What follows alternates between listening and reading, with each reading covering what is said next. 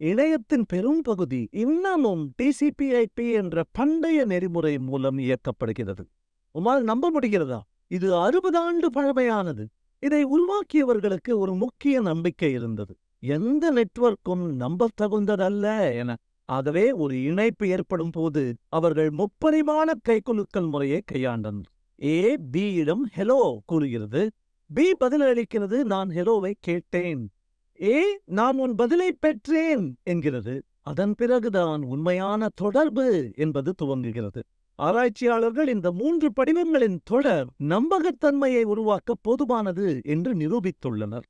சராசரி வாழ்க்கையிலும் நீர் ஒரு நபருடன் தொடர்பை நம்பத்தகுந்ததாக்க விரும்பினால் நீர் சொல்ல விழைந்ததை கூறிய பிறகு அவர்களுக்கு புரிந்ததை கூறும் வரை காத்திருத்தல் வேண்டும் மற்றும் முடிவாக அவர்களின் புரிதலை நீர் புரிந்து கொண்டீர் என அவர்களிடம் நிரூபித்தல் வேண்டும்.